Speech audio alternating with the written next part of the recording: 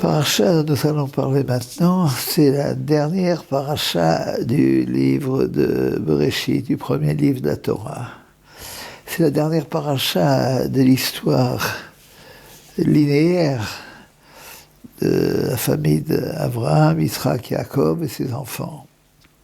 Après avoir les deux premières parachiotes qui ont parlé de l'histoire de l'humanité, dans Bereshit, l'histoire autour d'Abraham, jusqu'à la naissance de Noach. La paracha de Noach, c'est l'histoire de Noach avec le déluge, et l'alliance par l'intermédiaire, l'alliance par l'intermédiaire de l'arc-en-ciel. Et après commence, à partir de la paracha de Vayera, de la paracha de Lech Lecha, l'histoire début de l'histoire du peuple juif. Abraham, en deux parchiotes et demi, trois parchiotes, si vous voulez. Si on veut, les trois parchiotes sont Lech Lecha, Vayera et Chayei Sarah. Et après, il y a une parchat spéciale sur Yitzhak, Toldot, une parchat sur Yitzhak. Et finalement, le reste, c'est autour de Yaakov, à partir de Vayetse, déjà un peu dans Toldot, bien sûr, sont nés, Yaakov et Esav sont nés dans Vayetse, dans Toldot, mais à partir de Vayetse, c'est toute l'histoire de Yaakov personnel, Yaakov, Rachel, Léa, Yaakov et ses 12 enfants. Et toute l'histoire va durer jusqu'au moment où Yaakov, qui sera resté 22 ans chez Lavan, 20 ans exactement, un an et demi pour le voyage, à peu près 2 ans. Ça fait 22 ans, en fait, où il a quitté son père, où il était éloigné de son père, après avoir été 14 ans à Yeshiva, mais ça c'est, la Torah ne le mentionne pas, le Midrash qui nous le rapporte. Alors, il suffit de compter pour s'en rendre compte. En tous les cas, 22 ans chez Yaakov et était chez Laban jusqu'à ce qu'il retourne chez son père. Et en principe, Yaakov, dans Vayeshev, voudrait commencer une vie tranquille. Et voilà que commence pour lui les tzarotes les plus graves, la disparition de son fils chéri, de son fils Yosef. En réalité, toutes les parachiotes qui sont à partir de Vayeshev, Mikez, Vayigash, Vayechi un peu moins, Vayechi c'est beaucoup plus général. Ces parachiotes, elles tournent autour de l'histoire de Yaakov, bien sûr, mais surtout de Yosef et de Yehuda. Yehuda est mentionné, Yehuda est moins impliqué, mais Yehuda est mentionné. Yehuda est mentionné dans la paracha à plusieurs reprises. Lui qui prend la garantie sur Binyamin, c'est lui qui donne l'idée de vendre Yosef. Il prend la garantie après de Binyamin. C'est lui qui a eu l'histoire compliquée avec Tamar. Et en fait, c'est lui qui, après, va diriger ses frères pour empêcher que Yosef exige que Binyamin reste chez lui. C'est lui qui s'adresse directement à Yosef. Et à la fin, quand Yaakov descend en Misraïm, dans la paracha de Vayigash, c'est Yosef, c'est Yehuda qui vient le premier avant lui pour préparer un Beth Midrash. C'est-à-dire qu'en fait, on a presque l'impression que l'histoire est presque parallèle de Yosef et de Yehuda. Bien sûr, l'histoire de Yosef est plus longue, plus étendue, plus prolongée, décrite de façon plus précise, Mais Yehuda a aussi une part de responsabilité, et l'histoire qu'il a avec Tamar, dont il ignorait en vérité qui elle était, sans ça il ne l'aurait pas fait. Eh bien, en ces conditions, nous voyons que ces parachiotes sont des parachiotes qui sont surtout tournés autour des deux personnages de Yosef et de Yehuda. Je retournerai tout à l'heure dans un instant pour reparler encore de l'histoire de Yehuda. Et voilà maintenant Yaakov installé en Égypte, en Mitzrayim. C'était pas ce qu'il avait cherché, mais l'essentiel pour lui, c'était de retrouver son fils et de vivre avec son fils qui est maintenant vice-roi en Égypte. Vice-roi en Égypte. Et alors Yaakov veut parler à son fils, il veut lui parler personnellement, il l'appelle avant d'appeler ses autres fils, et il lui dit que il avait des raisons pour... il lui demande de l'enterrer en Eretz Israël, dans le même endroit que ses pères, parce qu'il est le seul à être mort en dehors d'Eretz Israël, le seul à être mort en dehors d'Eretz Israël, mais il lui demande il lui explique pourquoi il n'a pas enterré là-bas Rachel, qu'elle est morte sur le chemin, la naissance de Binyamin. Et d'être sur le chemin, c'était une façon pour elle, en fait, de protéger les enfants d'Israël quand ils seront plus tard en exil. Ils passeront par le chemin, du Kever Rachel, et elle priera pour ses descendants. C'est le rôle de Rachel de prier pour ses descendants.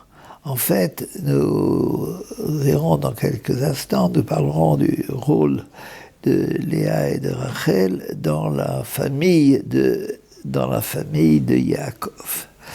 Ce qui est intéressant ici, c'est de voir que Yaakov ne semble pas avoir vu ses petits-fils.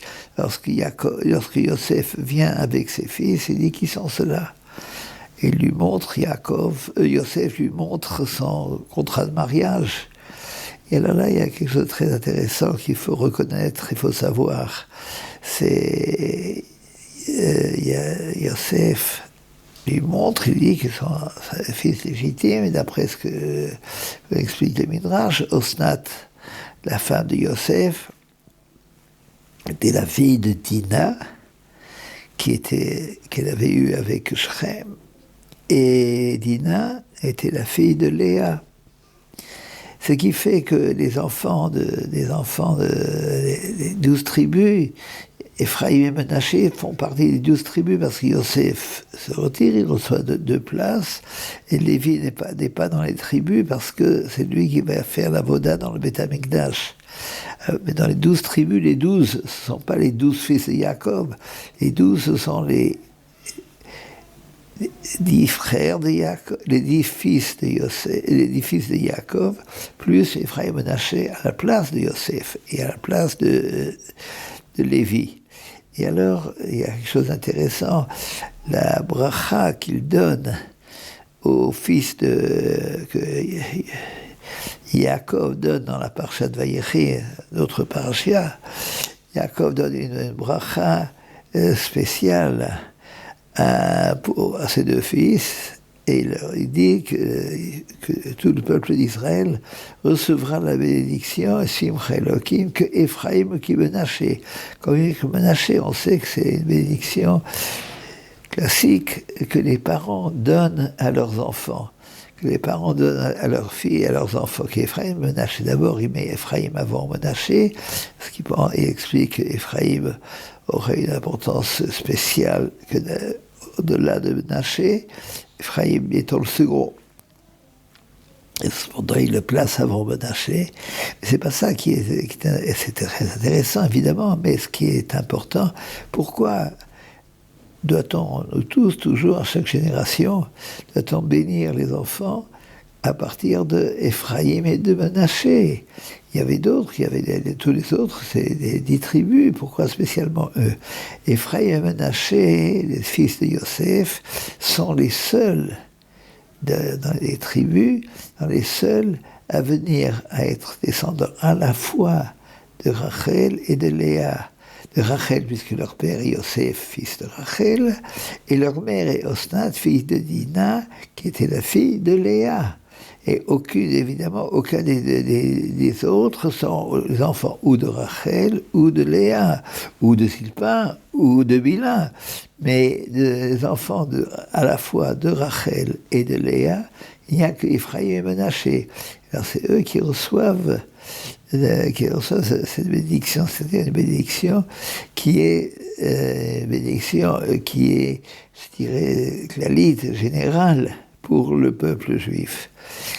Les enfants, les parents bénissent leurs enfants, leurs fils, de cette bénédiction. Et je voudrais ajouter aussi quelque chose de très intéressant. Après, Yaakov veut lui aussi bénir ses enfants. Yaakov veut bénir, il dit à ses enfants tous de venir, et il veut leur donner une bénédiction à chacun selon sa bénédiction, qui peut être même reprise comme une remontrance chez Rouven d'abord, chez Lévi, et chez Sion et Lévi aussi. Chez Judas sera tout à fait différent. Mais je voudrais dire que les fils, ils se rassemblent auprès de leur père, qui les rassemble avant de mourir, et à ce moment-là, Yaakov sent qu'il n'arrive pas exactement à leur annoncer l'avenir comme il l'aurait voulu. Shrina nistalka mimenu, il veut savoir ce qui se passe. Alors, il leur demande, est-ce que tous sont bien dans la lignée spirituelle? Parce que ce que Yaakov avait souffert dans l'absence de Yosef, c'était pas tellement l'absence, le fait qu'il pensait qu'il ne vivait plus, mais c'est qu'il pensait aussi que Yosef ne pouvait pas continuer cette tradition, la tradition de ses pères, la tradition d'Abraham et de Yitzhak. Alors, c'était pour lui une grosse exception. Il sait que ses enfants devaient continuer, et il a peur qu'il n'ait pas arrivé à sa tâche et pas arrivé à définir le but de sa vie autour des enfants. Alors il nous explique le Midrash, il leur pose la question et il se dit, c'est peut-être pour ça que ta Shrina a arrêté de m'inspirer. Alors qu'est-ce qu'il leur dit? Il leur dit, êtes-vous tous unis? Et alors ils disent, le Midrash nous dit, qu'ils lisent le passouk que nous disons chacun jusqu'à aujourd'hui, 2 fois par jour. Shema Israël, écoute Israël, Hachem, l'éternel, Shu Elokeinu, qui est notre Dieu, c'est qui est pour toi notre Dieu, qui est l'éternel, qui est pour nous notre Dieu, Hachem, l'éternel, Echad, un. C'est-à-dire, ils veulent le rassurer. Alors, dans cette lisons, et si nous lisons bien, voyons que le mot Echad, c'est 1 et 12. Chet, c'est 8, c'est 4, 12. Et Echad, c'est 1. Alors, c'est 1 et 12, ça veut dire que les 12 enfants sont dans la même direction. Et à ce moment-là, Yaakov dit, nous dit le Midrash, Baruch Shem, Kevod Malchuto, L'Olam Vaed. Maintenant, moi, je peux dire merci à Kadosh Baruch Hu, parce que j'ai fait mon travail, qui a été le travail de Yaakov. Yaakov, c'était plus que Abraham. Son travail, c'était Chesed. Il a découvert Hachem parce qu'il était Ish Chesed. Il y a quelqu'un qui nous fait du bien dans le monde, c'est le Tout-Puissant, alors c'est le Chesed, alors il a découvert Hachem. Yitzhak, c'est la vérité doit être dite comme elle est, c'est le din, le jugement. comme ça qu'il pense, et c'est pour ça qu'il était prêt à être sacrifié pour être proche d'Hachem. En hébreu, on peut dire que c'est une petite lettre qui est une différence. On dit être sacrifié, ça veut dire être sacrifié, on dit en hébreu, c'est le hikarev, être korban. Et être proche, c'est le hitkarev, être proche. Alors il était prêt à le hikarev, être korban, pour le hitkarev, pour être proche d'Hachem. C'était lui, c'était Midat Hadin. Seulement dans le Chesed d'Abraham, il y a malgré tout Ishmaël.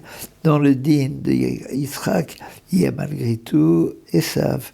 Par contre, Yaakov, Emet, Titen Emet le Yaakov. Yaakov et le Emet. Yaakov symbolise la vérité. Il a eu à lutter pour mettre la vérité dans le monde. C'est lui qui a dû remettre la vérité dans le monde parce qu'il a été créé et rentré dernier il est sorti dernier du ventre de sa mère, mais ça veut dire qu'il avait été créé premier. C'est pour ça qu'il voulait sortir premier. C'est pour ça qu'il a eu le droit d'aînesse. C'est pour ça qu'il a eu la bénédiction de l'aînesse. Et après, il a dû lutter constamment avec la vanne pour la vérité. C'est toujours des choses qui devaient mettre en valeur la vérité. Yaakov, c'est Emet le Yaakov. On dit que le nom de Yaakov, la tête de Yaakov est incrustée sur le Kisei Hakavod, sur le trône de la gloire d'Akadosh Baruch Hu. Pourquoi ? Parce que le trône de la gloire d'Akadosh Baruch Hu, c'est Emet. Ça, c'est la vérité. Alors il dit, Baruch Hashem, maintenant je sais que mes enfants continuent la voie que je leur ai donnée, que je leur ai montrée, la voie du Emet. Ici, il faut bien comprendre que est-ce que ça veut dire ce Emet ? Ce Emet, en vérité, c'est savoir que le Tout-Puissant, c'est la vérité. Pour nous tous, nous devons comprendre. Cela s'adresse à nous tous de savoir qu'il y a toutes sortes d'idéologies qui durent un certain temps et puis ensuite font faillite. On l'a vu à notre époque de façon vertigineuse, de voir ce qu'on a vu, l'idéologie, le communisme, l'athéisme. Tout cela, il y a toutes sortes d'idéologies qu'on voit à notre époque. Les gens, il y a pratiquement plus d'idéologie, on ne sait plus à quoi se référer, à se émettre, on n'arrive plus à se référer à une vérité transcendante, à une vérité qui nous dépasse. Et ça, c'est précisément Yaakov qui a compris.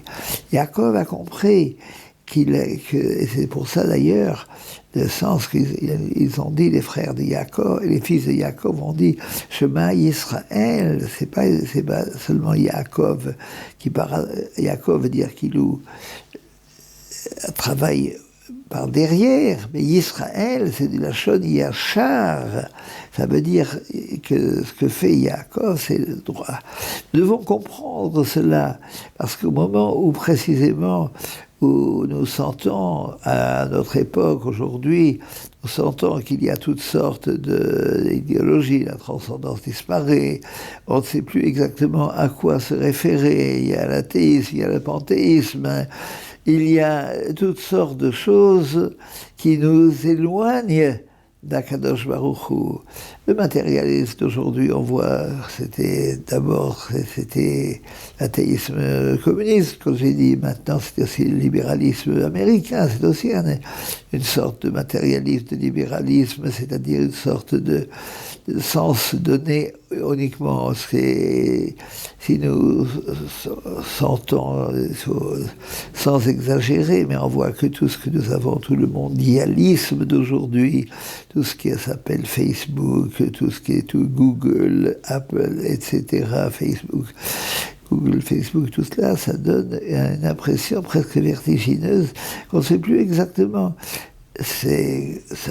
on essaye toujours d'avancer plus, mais finalement, il ne nous reste rien entre les mains. C'est ça qui est terrible. Alors que Emet, la vérité de Yaakov, c'est celle exactement qui reste entre nos mains. Et alors justement, et nous voyons que pour arriver au but, qui est le but de faire éclater la vérité dans ce monde, ce sera la révélation du Sinaï pour arriver après à la Géoula, à la rédemption. Alors pour cela, il est difficile la rédemption, c'est-à-dire à l'époque du Melech HaMashiach, à l'époque messianique. Et alors, Chazal nous font remarquer que toutes sortes d'obstacles se situent devant nous.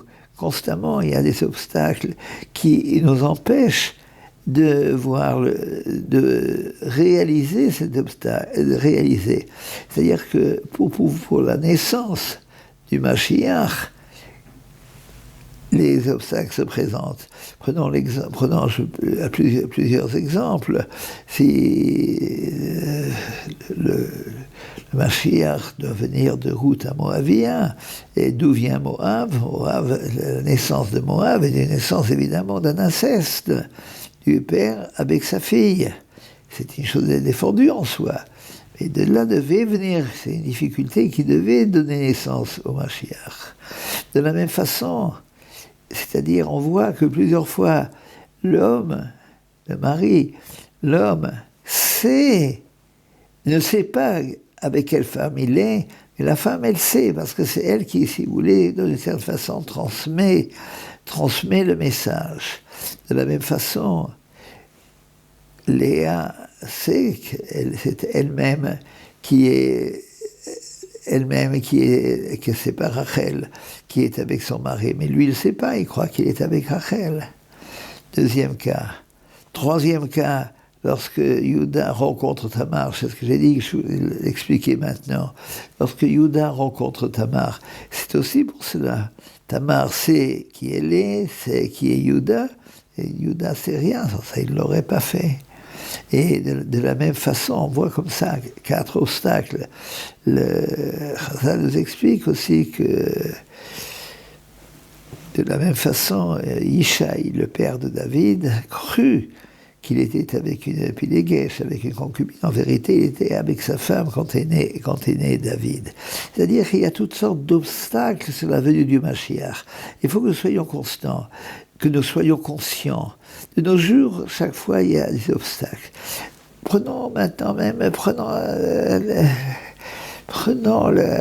l'époque actuelle. Qui aurait pensé cette histoire de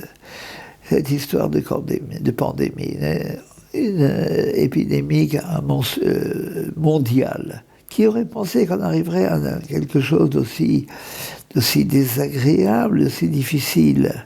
C'est incroyable de penser combien de gens sont morts, plus d'1 million, c'est certainement beaucoup plus qu'aurait fait une guerre atomique, de voir tous ceux qui sont morts dans cette épidémie. Plus d'1 million, presque 1,8 million, je crois, sont morts du fait de l'épidémie.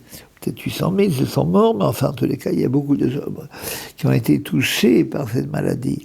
Maladie, une chose qui s'était jamais arrivée dans l'histoire de l'humanité. Il y avait des maladies qui étaient régionales, appartenant à telle et telle époque, à tel et tel endroit, mais quelque chose de total, de global dans l'humanité entière, on n'a jamais vu. Eh bien, c'est de nouveau, à mon avis, je m'excuse de le dire, je suis nullement prophète, mais je pense que c'est de nouveau une difficulté que nous avons sur la venue du Mashiach. Nous savons qu'aujourd'hui, le monde est un. Le monde est uni. Il est uni parce qu'il est très difficile. Aujourd'hui, on parle à propos du monde, une sorte de village planétaire. Mais dans ce village, il y a les malades. Dans ce village, il y a les malades, il y a les difficultés. Et il faut que nous en soyons conscients. Et alors, justement, ces difficultés se trouvent autour de la personne de Yaakov, qui symbolise précisément la vérité. C'est-à-dire que nous devons être absolument conscients que les difficultés ne doivent pas nous heurter, ne doivent pas nous arrêter dans notre élan vers le vrai, vers la vérité. C'est-à-dire vers où, vers quoi? Seule explication du monde, c'est la transcendance. Voir qu'il y a quelqu'un, une force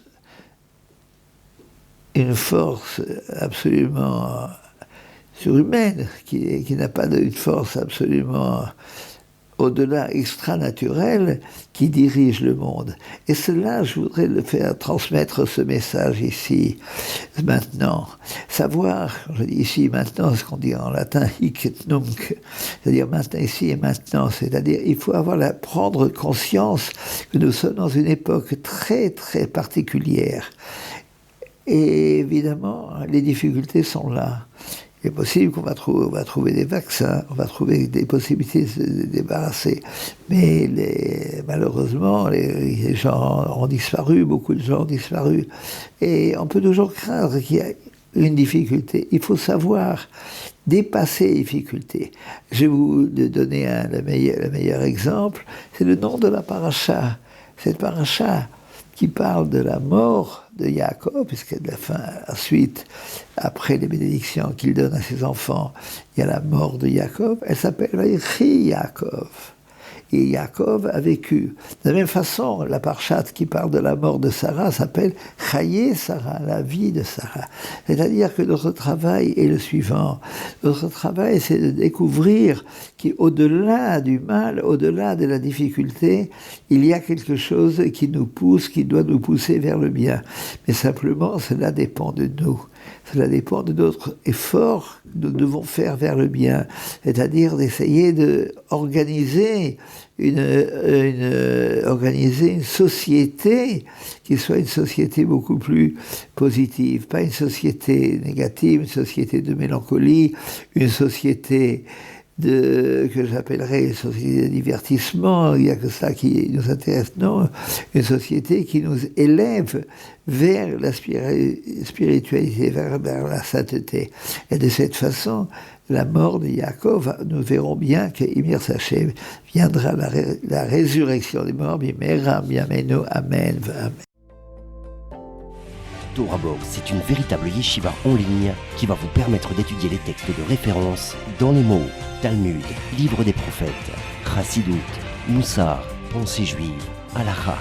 Des dizaines d'œuvres disponibles avec pour chacune d'elles un enseignement adapté. En un seul clic, où que vous soyez, à n'importe quelle heure du jour ou de la nuit. Étudiez enfin tous les sujets que vous avez toujours rêvé d'approfondir. Alors, travailler le GAN, c'est la socle du vrai Torah, c'est travailler les paroles de l'étude de la Torah. Et c'est quoi garder le GAN? C'est l'ishma, mitzvota, de garder le mitzvot. Aujourd'hui, la Torah n'a jamais été aussi proche de nous.